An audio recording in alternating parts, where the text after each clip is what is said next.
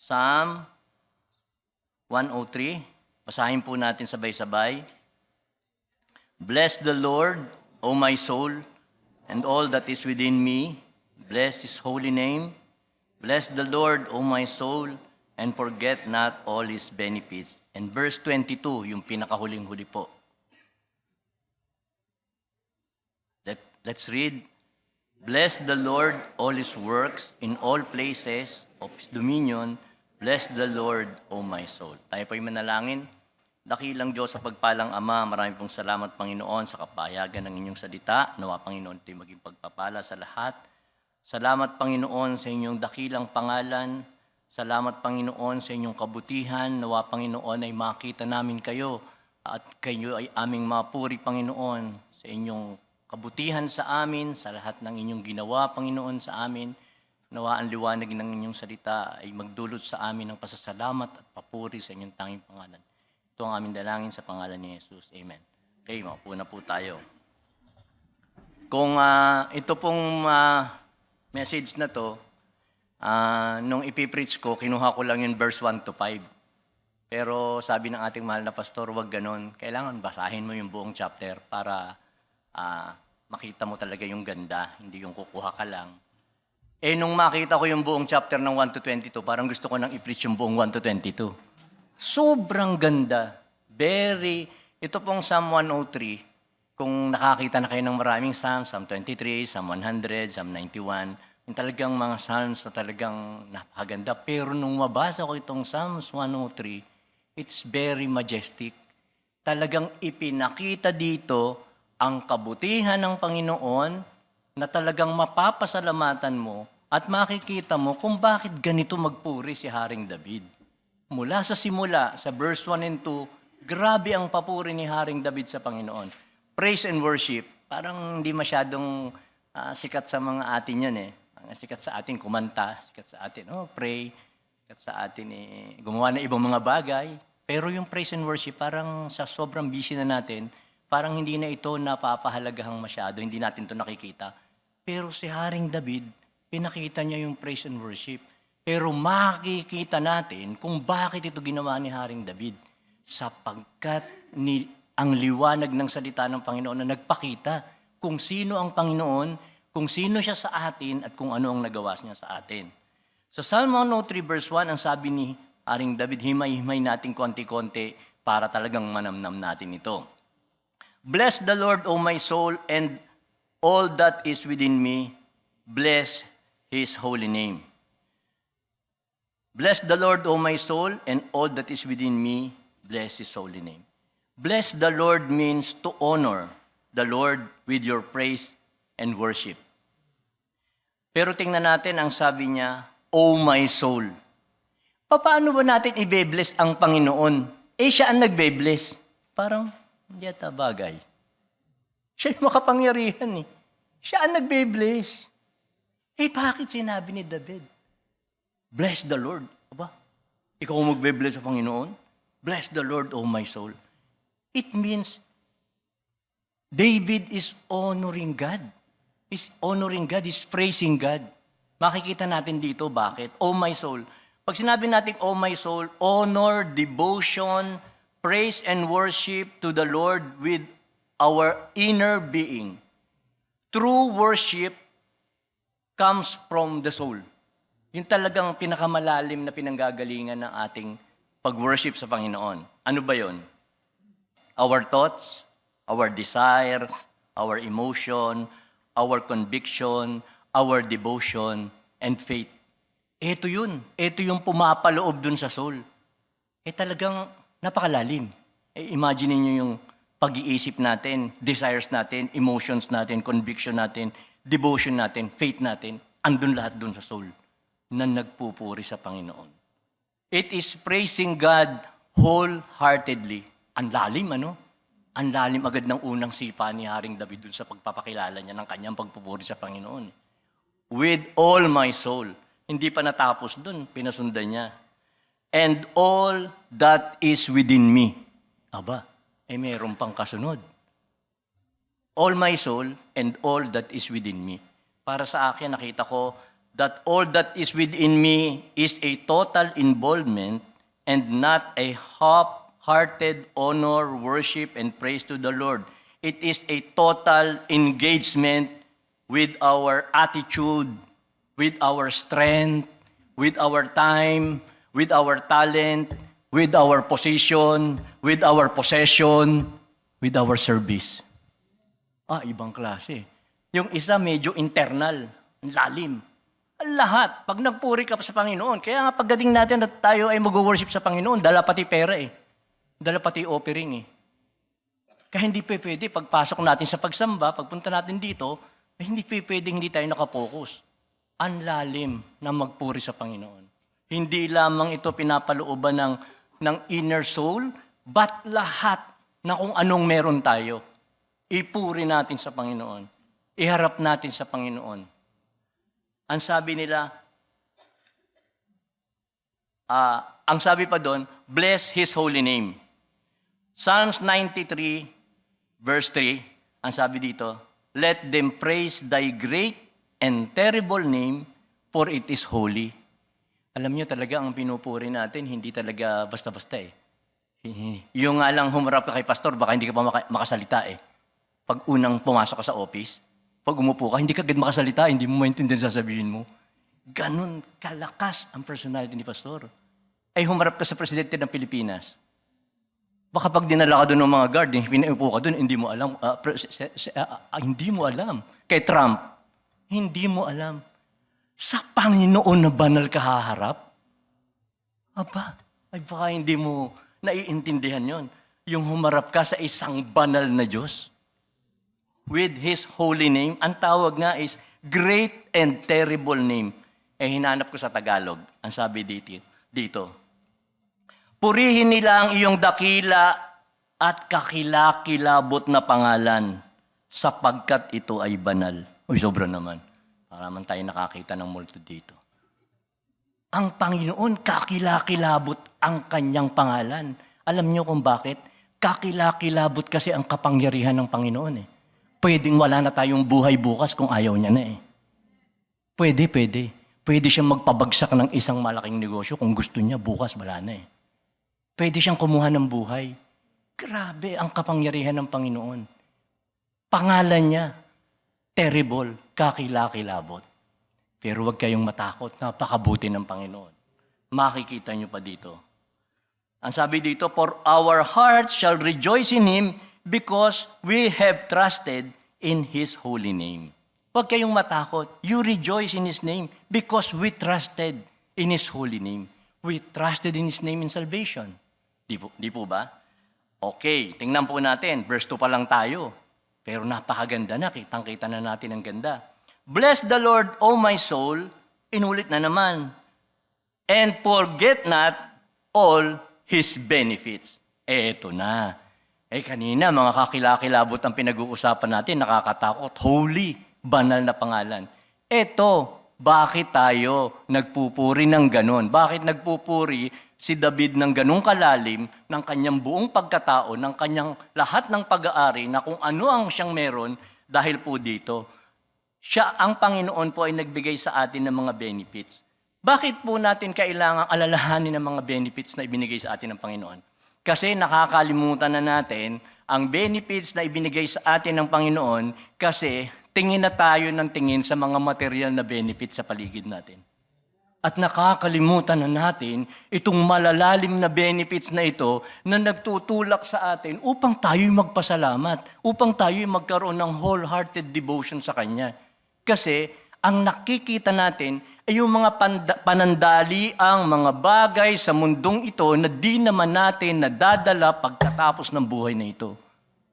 Ipinapamana lang natin at inililipat lang natin sa pamamagitan ng tinta ng ballpen sa mga iniwanan nating magmamana nito. Pero sila rin, hindi rin nila makukuha yan. Iiwanan din nila lahat dito yan. Wala tayong madadala na pag-aari sa mundong ito sapagkat yan ay upa natin dito sa mga kabutihan ng Panginoon sa atin. Sa libreng hangin, sa magagandang tanawin. Yan, bayad yan. hindi pinahintulot ng Panginoong dalhin natin ang mga material na bagay sa kabila. Lagi natin tatandaan yan. Makita natin ang benefits ng Panginoon, dapat nating alalahanin a purposeful remembrance, a worship that flows in remembering all the good God has done in our life. In remembering, we became thankful. Let us see this comprehensive package full of God's benefits. Number 1, who forgiveth all our iniquities. Yung pagpapatawad pa lang sa ating mga kasalanan, una yun na minensyon doon sa mga benefits. Sabi ko, bakit kaya una ito? Who forgiveth all thine iniquities. Forgiveness. God's forgiveness to us in salvation. Yun ang una agad. Yung pagpapatawad ng Panginoon sa atin sa salvation. Binigyan na kaagad tayo ng assurance ng eternal life doon. Hindi ba napakaganda agad? Because of God's forgiveness, meron na kaagad tayong buhay na walang hanggan in salvation. Kaya una yun eh. Pero alam nyo, ang isang napakaganda pa dyan sa forgiveness, binigyan tayo ng Panginoon ng forgiveness, ipinakita niya sa atin ang forgiveness. Bakit? So we can forgive others also. Huwag kayong magbaon ng galit. Lalabas sa mga mukha nyo yan. Lalabas sa itsura nyo yan. Yang galit, nako, pag may nasalubong ako at nauna pang nagsasalitang galit, nako po, iniisip ko na, maraming dinadala ito. Ayoko nang pumatol, hindi na ako haharap dito. Mapapatrobol ako rito.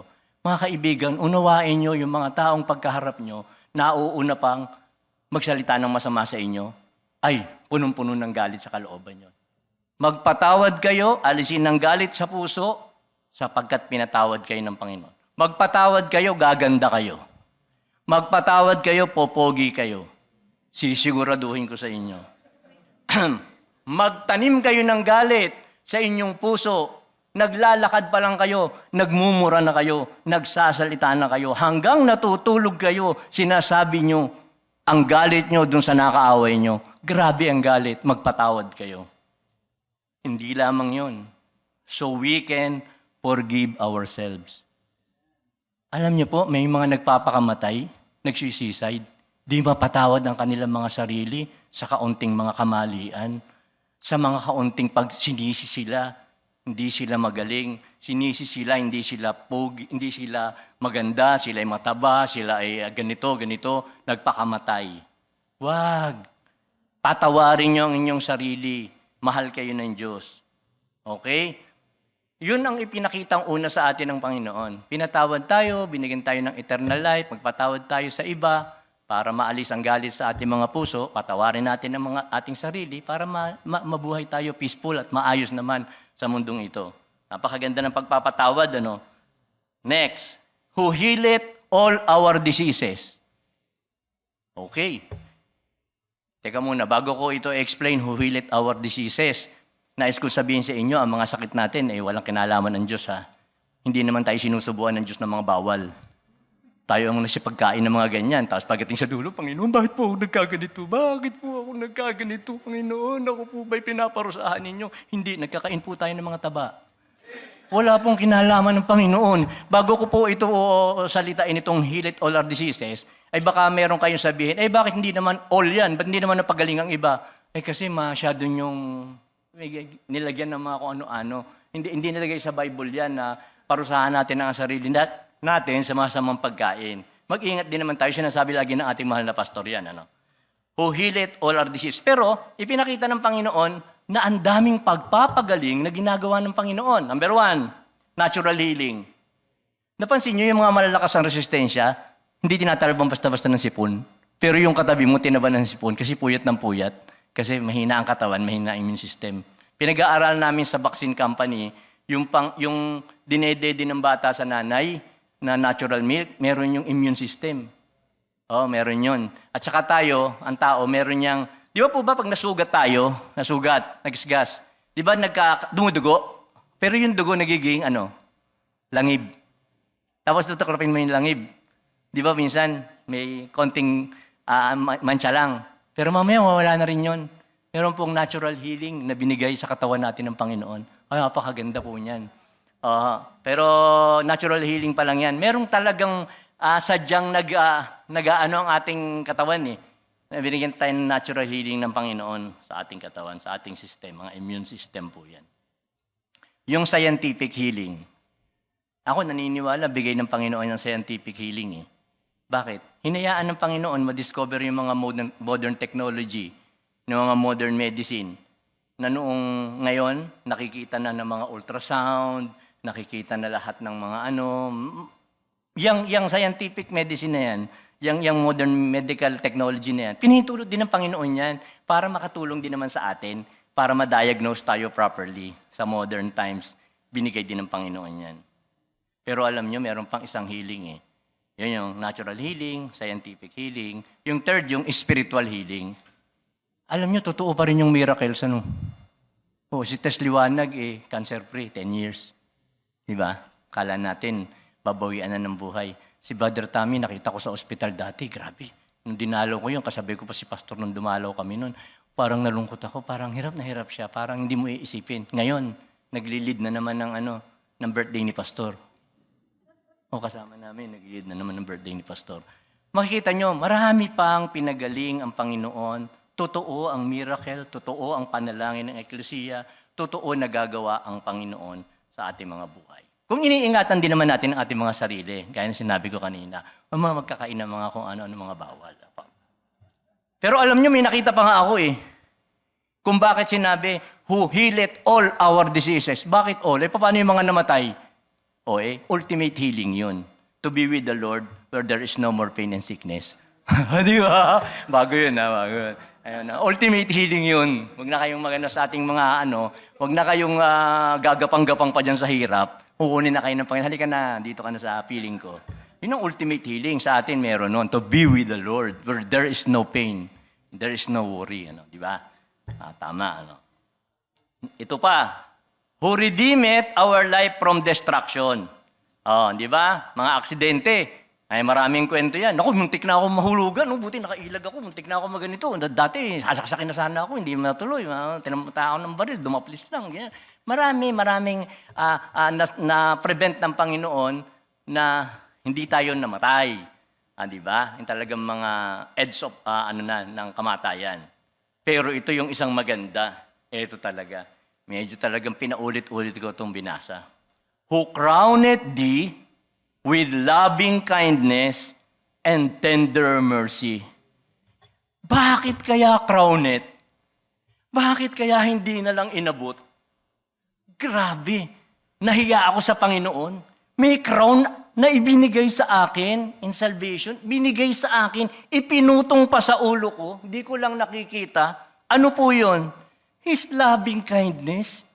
Grabe. Loving kindness ng Panginoon, hindi loving kindness ng tao.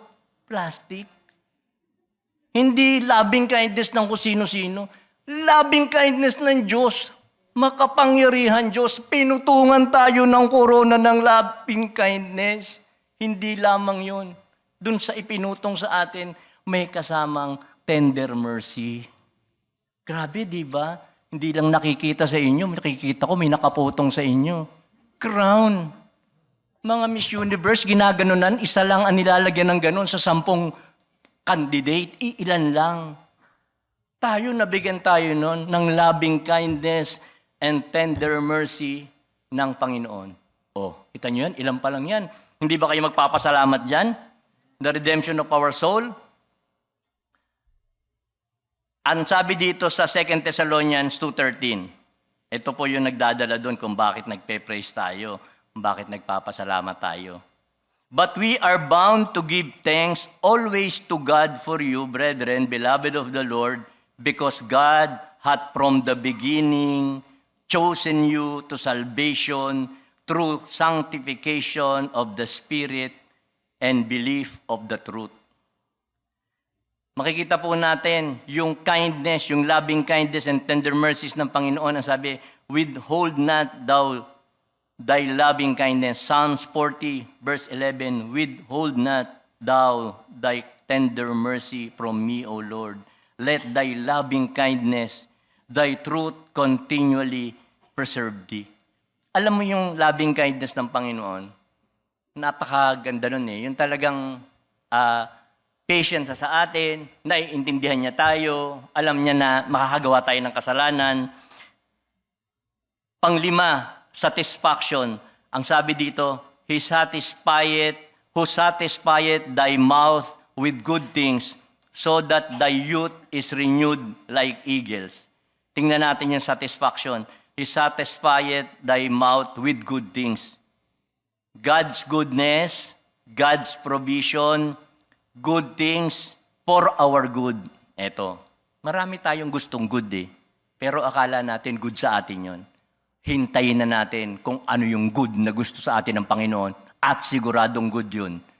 Kung anong kinakalagayan ko ngayon, bilang ako, ito yung gusto, ito yung good ng Panginoon para sa akin.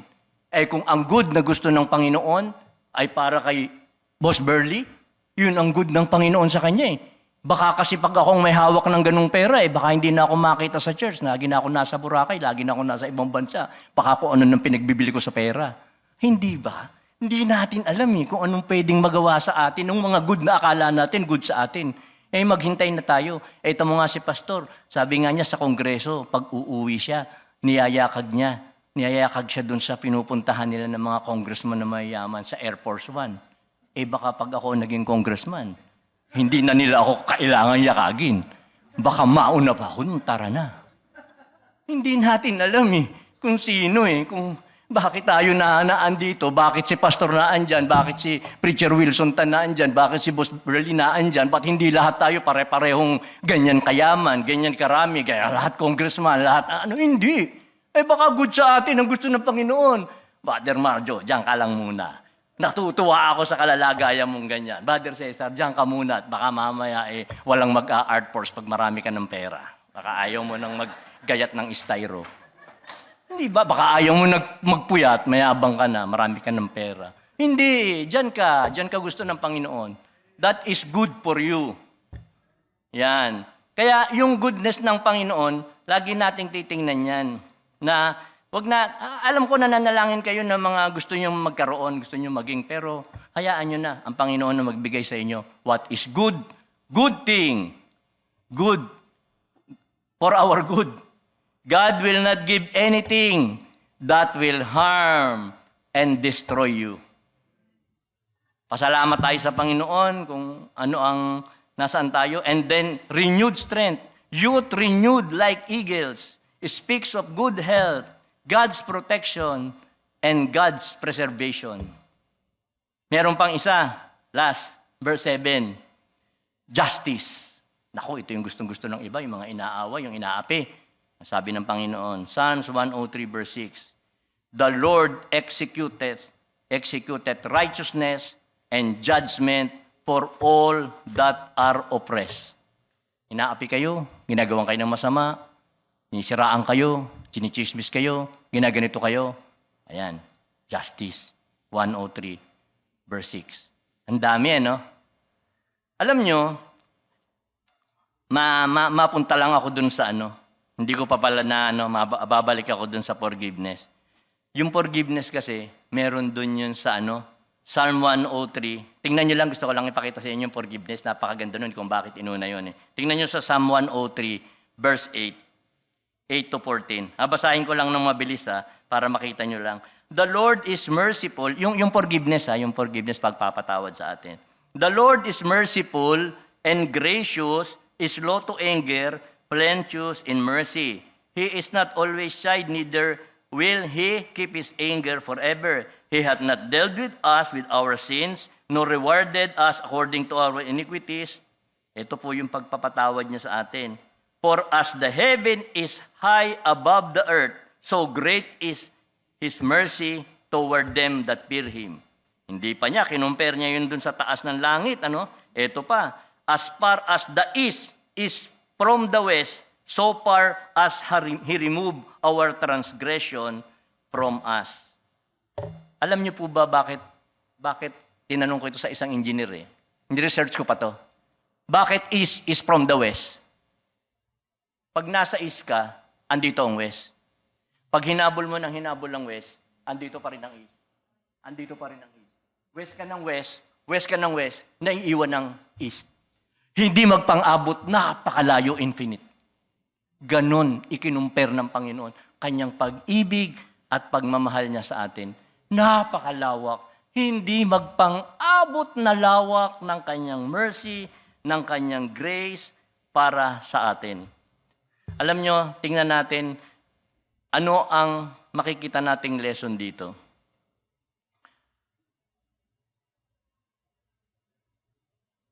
Ang sabi dito,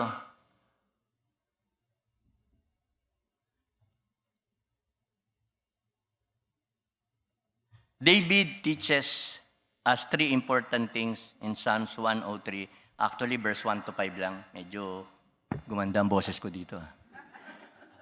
Parang may mukhang nandiyan si David. Okay. Psalms 103, verse 1 to 5.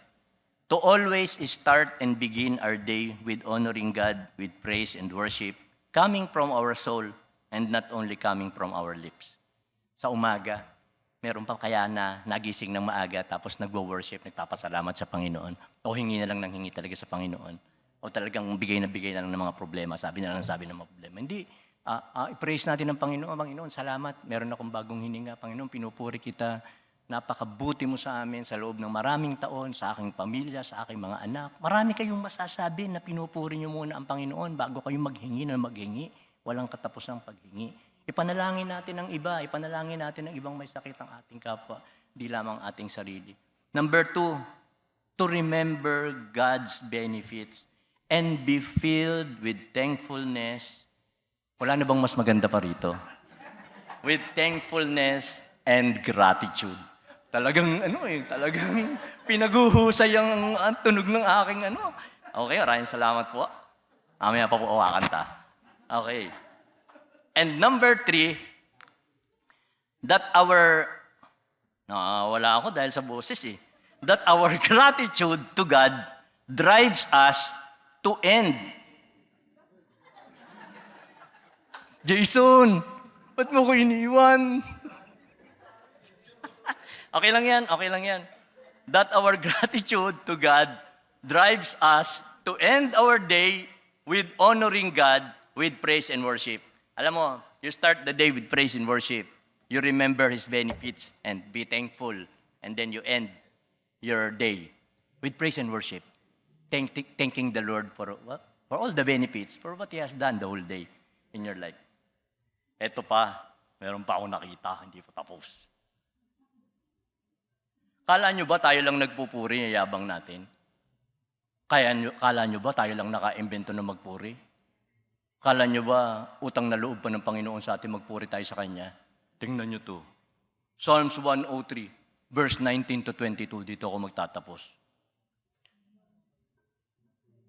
Psalm 103, 19 to 22.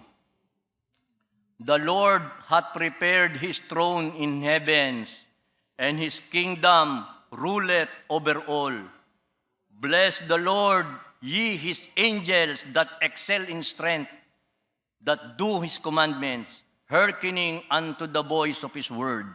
Bless the Lord, all ye His hosts, ye ministers of His that do His pleasure. Bless the Lord, all His works, in all places of His dominion. Bless the Lord, O my soul. Hindi taga rito ang Panginoon. Tagalangit. May mga anghel na makapangyarihan, di nakagawa ng kasalanan sa Kanya. Pure ang mga puso. Pure na mga nagpupurit, nagpapasalamat sa Kanya. Nagpupuri araw-araw sa Panginoon. Mga anghel, armies of angel in heaven. Hindi taga rito ang Panginoon. Napakalawak ng Kanyang kapangyarihan. Siya ay nasa langit. Hindi pa tayo makakapagbigay ng papuri sa Kanya. Hindi tayo naka-imbento ng papuri. Hindi tayo pangungutangan loob ng Panginoong magpuri sa Kanya. Pero sa lahat ng benefits, sa lahat ng kabutihang nabanggit dito, hindi ba nararapat na purihin natin siya sa ating mga buhay? Hindi ba nararapat na tayo'y magpasalamat sa Kanya sa walang hanggang awa niya sa atin? Di siya nagagalit kahit lagi tayong nagkakasala. Basta tayo'y humihingi ng tawad at di nagpapatuloy sa kasalanan ito. Magpatawad tayo, patawarin natin ang ating mga sarili. Mahalin ng Panginoon, tingnan ang Kanyang mga nagawa sa atin. Pasalamatan ito araw-araw. At ito ang magdulot sa atin ng papuri sa ating paggising at bago matulog, purihin din ang Kanyang tanging pangalan. Dakilang Diyos, marami pong salamat sa inyong salita. Una po akong pinagpala ng inyong salita, nang pinag-aaralan ko pa lamang ito, ako po ay tunay na nangilabot sa God's sovereignty, Panginoon, sa lawak ng inyong kapangyarihan. Kaya nga po pala, ang isang haring kagaya ni David ay nagpupuri sa inyong harapan. Napakabuti niyo, Panginoon, sa amin. Nagpapasalamat kami sa inyong awa, sa inyong kabanalan, Panginoon.